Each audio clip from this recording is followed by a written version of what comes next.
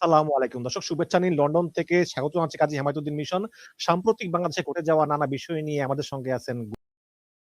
আসসালামু আলাইকুম প্রিয় দর্শক, একদিন আগে পহেলা বৈশাখ পার হয়ে গেল এবং বলা বাহুল্য এই পহেলা বৈশাখ বেশ শান্তিপূর্ণ এবং আনন্দময় হয়েছে।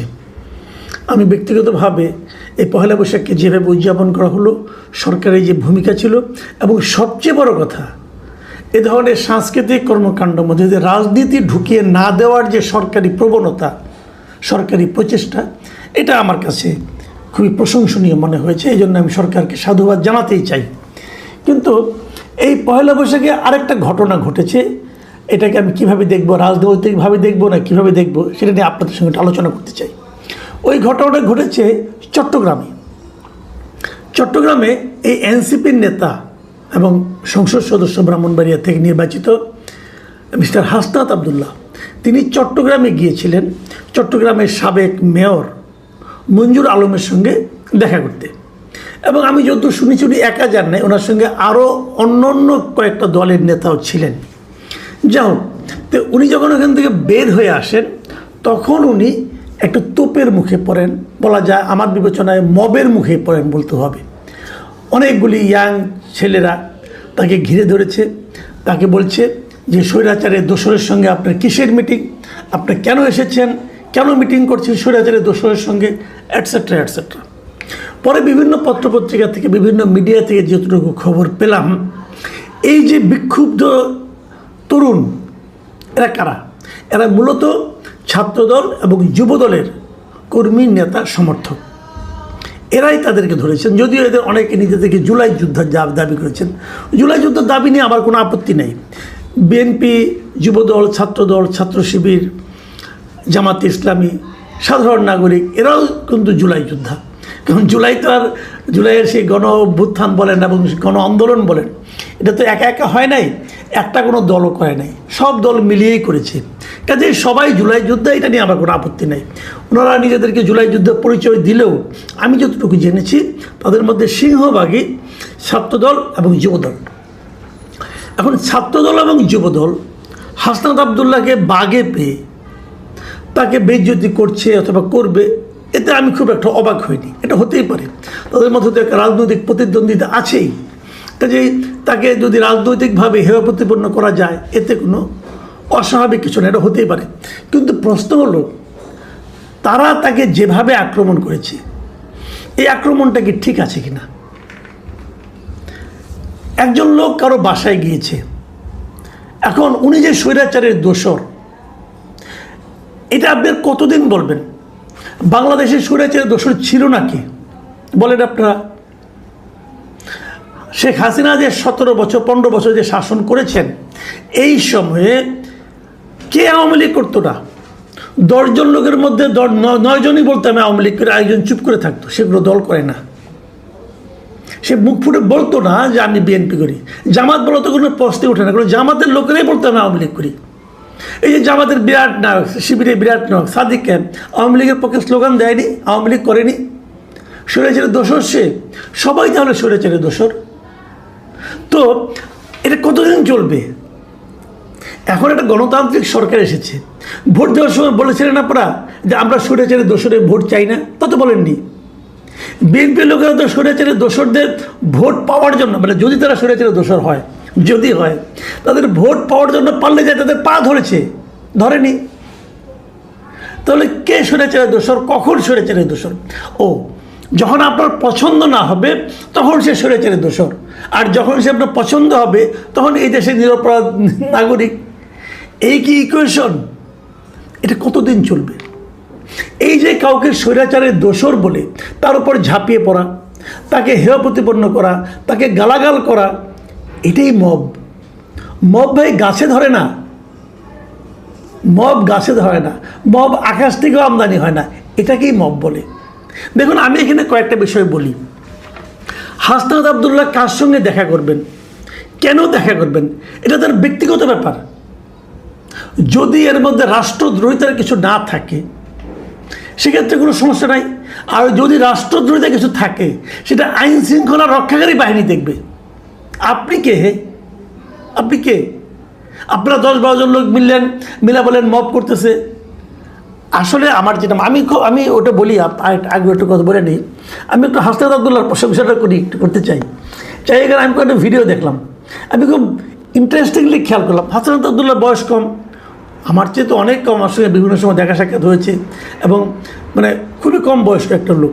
তো আমি দেখলাম যে হাসনাত আবদুল্লাহ সেখানে মানে এত সুন্দর পুরো ঘটনাটাকে ম্যানেজ করলেন। মানে এই এত কম বয়সে এভাবে ম্যানেজ করতে পারার যে দক্ষতা, এটা কিন্তু হয়েছে একটা বড় আন্দোলনের মধ্য দিয়ে উনি উঠে এসেছেন বলে। তা না হলে এই বয়সে হওয়ার কথা না। খুব ঠান্ডা মাথায় উনি সবার স্লোগান শুনছেন, সবার সঙ্গে উনি কিছু বলছেনও না, দেখলাম মৃদু হাসতে শুনছেন। তারপরে সে এক সময় দেখলাম যে উনি বললেন যে মানুষ মাত্রই ভুল হয়, আমার ভুল হতে পারে না।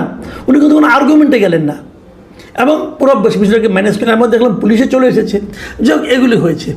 কিন্তু আমার কথা হলো, এই লোকগুলি কি আসলে হাসনাত আবদুল্লাহকে অপমান করার জন্য গিয়েছে? দৃশ্যত তাই মনে হয়। কিন্তু এর পেছনে কি একটা রাজনীতি নেই?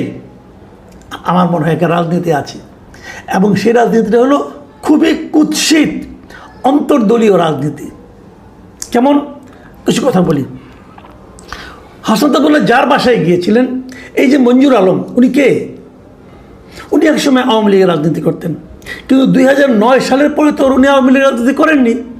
2009 সালে উনি আওয়ামী লীগের রাজনীতি ছেড়ে দিয়ে আওয়ামী লীগের ওই সময়ের খুব জনপ্রিয় মেয়র ক্যান্ডিডেট ছিলেন মহিউদ্দিন চৌধুরী, ওনার বিপরীতে বিএনপির প্রার্থী হিসেবে নির্বাচনে অংশ নিয়েছিলেন 2009 সালে, এবং সেই নির্বাচনে সবাইকে অবাক করে দিয়ে উনি বিজয়ী হয়েছিলেন এবং 5 বছর উনি মেয়র ছিলেন। এই 5 বছর তার পরিচয় ছিল উনি বিএনপি দলীয় মেয়র। এবং তারপর ওনার এক সময় মেয়াদ শেষ হয়েছে। মেয়াদ শেষ হওয়ার পর উনি তারপর আর কোনো প্রথম কিছুদিন রাজনীতি করেননি। পরে তিনি আবার আওয়ামী লীগের সঙ্গে ভেড়ার চেষ্টা করেছিলেন, কিন্তু আওয়ামী লীগের কোনো অ্যাক্টিভিজমে তাকে দেখা যায়নি। তারপর উনি চুপচাপ হয়ে গেছেন, ব্যবসা বাণিজ্য করতেন। এরপর 5ই আগস্টের পর উনি কিন্তু আবার বিএনপির পক্ষে ওনাকে মাঠে দেখা গেছে, এবং সবশেষ যে নির্বাচনটা হলো, এই নির্বাচনে বিএনপির পক্ষে প্রচারণা চালিয়েছেন। 2-3টা উদাহরণ দেওয়া যেতে পারে। সীতাকুণ্ডে আসলাম চৌধুরী যে ইলেকশন করেছিলেন, তার যে নির্বাচনী জনসভায় সেখানে উনি ভাষণ দিয়েছেন আসলাম চৌধুরীর পক্ষে। বেগম খালেদা জিয়া যখন খুবই অসুস্থ, তখন ওনার জন্য উনি বিশাল মিলাদ মাহফিলের আয়োজন করেছেন ওনার রোগ মুক্তির কামনায়। এগুলো তো সব আমরা দেখেছি, পত্রপত্রিকায় পড়েছি। কেবল তাই না, জানুয়ারি শেষ দিকে তারেক রহমান যখন নাকি আপনার চট্টগ্রাম গেলেন, তখন ওনাকে কিন্তু ওখানে একটা ফুলের সম্বর্ধনা কিন্তু আয়োজন করেছিলেন এই মঞ্জুর আলম, এবং সেখানে তারকে যে ফুলের সম্বর্ধনা দেওয়া হয়, তখন তার পাশে চট্টগ্রামে যে বর্তমান মেয়র ডাক্তার শাহাদাত, তাকেও আমরা দেখতে পেয়েছি। ডাক্তার শাহাদাত তো বিএনপির। তো তারা সবাই মিলেই তো তারেক রহমানকে সম্বর্ধনা দিয়েছেন। তাহলে উনি স্বৈরাচারের দোষর কবে হলেন? 2009-এর পর থেকে উনি 5 বছর বিএনপির মেয়র ছিলেন। তারপর অল্প কিছুদিন প্রথমে অবসরে গেছেন, তারপরে অল্প কিছুদিন আওয়ামী লীগের সঙ্গে জড়িত হবেন বলে বলেছেন। হয়তো সেটা পরিস্থিতির কারণে হতে পারে, ভাবেন একসময় ওই সময় বাস্তবতাটা কী। কিন্তু তারপর তো আবার উনি বিএনপির সঙ্গে, এবং আওয়ামী লীগের কোনো অ্যাক্টিভিজমে ওনার অংশগ্রহণ ছিল বলে কেউ বলতে পারবে না। তাহলে উনি স্বৈরাচারের দোষর কী করে হলেন ভাই? উনি তো বিএনপির লোক। এখন প্রশ্ন হচ্ছে, উনি যদি বিএনপির রাজনীতিতে চট্টগ্রামে খুবই অ্যাক্টিভ হয়ে যান, তাহলে চট্টগ্রামের বিএনপির রাজত্বটা যারা করেন, চট্টগ্রামে বিএনপি যাদের নিয়ন্ত্রণে বলে তারা দাবি করেন অথবা ভাবতে ভালোবাসেন যে আমার নিয়ন্ত্রণে চট্টগ্রামে বিএনপি আছে, তাদের কারো কি অসুবিধা হতে পারে? হতে পারে। এই জায়গাতে মূল সমস্যাটা। মঞ্জুর আলম খুবই প্রভাবশালী একজন ব্যক্তি সামাজিকভাবে ওই এলাকায়। ওনার গ্রহণযোগ্যতা সামাজিকভাবে বিপুল, এবং এরকম গ্রহণযোগ্যতার একজন মানুষ যদি বিএনপি রাজনীতিতে অ্যাক্টিভ হন, তখন ওনাকে ইগনোর করা অনেকের পক্ষে হয়তো সম্ভব হবে না। সেই জন্যই কি তাদের অনুগত যুবদল ছাত্রদলকে লেলিয়ে দেওয়া হয়েছিল? আসলে তাদের লক্ষ্য হাসনাত আবদুল্লাহ ছিল না, তাদের লক্ষ্য ছিল মঞ্জুর আলম। দেখুন অন্তর্দলীয় রাজনীতিটা কেমন চলে। আমি দেখেছি এটা, যে যখন আওয়ামী লীগ যখন ক্ষমতায় ছিল, যে 15 বছর তারা শাসন করেছে, সে সময় আওয়ামী লীগের কিন্তু প্রচুর নেতাকর্মী কিন্তু নিহত হয়েছে, আহত হয়েছে। কার দ্বারা হয়েছে? আওয়ামী লীগের আরেকটা গ্রুপ দ্বারা হয়েছে। এই গ্রুপ ওই গ্রুপকে পিটিয়েছে। মানে এখানে কিন্তু এই যে দ্বন্দ্ব, এই দ্বন্দ্বের প্রকাশ ঘটাতে যে কিন্তু রাজনৈতিক আদর্শ কোনো কাজ করছে না, এখানে কাজ করছে স্বার্থের দ্বন্দ্ব, আধিপত্যের দ্বন্দ্ব, নেতৃত্বের কোন্দল। মানে নেতৃত্বের কোন্দল, ব্যক্তি স্বার্থ দলীয় স্বার্থকে ছাপিয়ে যাচ্ছে। এটা কিন্তু একটা দলের জন্য, একটা দেশের জন্য খুবই মর্মান্তিক। আজকে বিএনপি যে রাজনীতি করে, এই বিএনপির যে প্রতিষ্ঠাতা জেনারেল জিয়া, ওনার কিন্তু একটা খুব জনপ্রিয় স্লোগান ছিল। উনি বলতেন, ব্যক্তির চেয়ে দল বড়, দলের চেয়ে দেশ বড়। আর আমাদের বিএনপির নেতারা কী করছেন? তারা প্রমাণ করার চেষ্টা করছেন যে দেশের চেয়ে দল বড়, দলের চেয়ে ব্যক্তি বড়। এটা কি আসলেই বিএনপির রাজনীতি, নাকি এই বিএনপির নেতাদের রাজনীতি? দেখুন হাসনাত আবদুল্লাহ কিছু হবে না, কিন্তু হাসনাত আবদুল্লাহ যে মবের শিকার হলেন, এর দায়িত্বটা কার আসলে? আমি তো বিএনপির অন্তর্দলীয় কোন্দল বলে দিলাম। এটা বিএনপির অন্তর্দলীয় কোন্দলই হোক আর যাই হোক, এখানে তো সরকারের একটা ভূমিকা থাকার কথা ছিল। সরকার কি তাদের সেই ভূমিকাটা রাখতে পেরেছে? সরকারের কোন মন্ত্রণালয়ের দায়িত্ব ছিল এটা? কৃষি মন্ত্রণালয়ের না, অথবা ধর্ম মন্ত্রণালয়ের না। এই মব থামানোর দায়িত্ব স্বরাষ্ট্র মন্ত্রণালয়ের। এবং ইন্টারেস্টিংলি এই স্বরাষ্ট্র মন্ত্রণালয় কিন্তু ওই এলাকার লোক, মানে কক্সবাজারের মানুষই। তাহলে স্বরাষ্ট্র মন্ত্রণালয় কেন মব থামাতে পারে না? মব তো হলো, অন্য সময় মব হয়, অমুক একজন শিক্ষার্থী মব হয়, একজন শিক্ষাবিদ মব হয়, একজন প্রফেসর মব হয়, একজন শিক্ষককে মবের কবলে ফেলানো হয়, একজন সাংবাদিকের বিরুদ্ধে মব হয়, অনেক কিছু হয়। কিন্তু এবার তো একজন নির্বাচিত এমপি মব হলেন, মবের শিকার হলেন। আমি অনেকের সঙ্গে কথা বলি, কেউ কেউ আমাকে বলেছে, কেউ কেউ বলেছে এটা খুশির খবর, কারণ ওনারাই মবের জনক ছিলেন, এখন দেখেন মব হতে। হ্যাঁ, এটা একটা কথা হতে পারে, কিন্তু আমি এভাবে বলি না, এভাবে ভাবিও না। সন্দেহ নাই যে হাসনাত আবদুল্লাহরাই অনেক সময় মবকে প্রশ্রয় দিয়েছেন। ওনারা ছাত্ররা, ওনার দল, এনসিপি, এরা সবাই একসময় তারা মবকে প্রশ্রয় দিয়েছেন, কোনো সন্দেহ নেই এতে। গত 18 মাস সেই মব আমরা দেখেছি। কিন্তু এবার উনি যখন নিজে মবের শিকার হয়েছে, নিশ্চয়ই উনি বুঝতে পেরেছেন অন্যদেরকে কেমন লেগেছে। কিন্তু সেটা কিন্তু মূল ইস্যু না। মূল ইস্যুটা হলো মব হবে কেন? মব, আমার যিনি শত্রু তার বিরুদ্ধেই বা মব হবে কেন? মব হয়েছিল কেন? আগামীতে হবে কেন? তারও চেয়ে বড় কথা, হতে দেওয়া হবে কেন? এর জন্য কি স্বরাষ্ট্রমন্ত্রীর কোনো দায় নাই? এই স্বরাষ্ট্রমন্ত্রী কিন্তু দায়িত্ব নেওয়ার পর প্রথমেই বলেছিলেন এদেশে আর কোনো মব হবে না।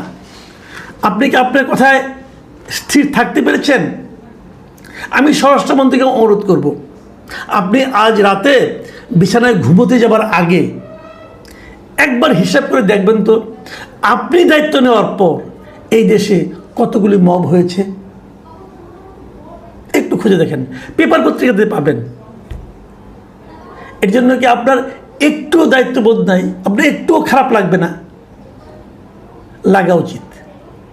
আর যদি না লাগে, আপনি বুঝে নেবেন আপনার জন্য ওই দেশের মানুষের কোনো ফিলিংস কাজ করবে না। প্রিয় দর্শক, এখন এ পর্যন্তই। আল্লাহ হাফেজ।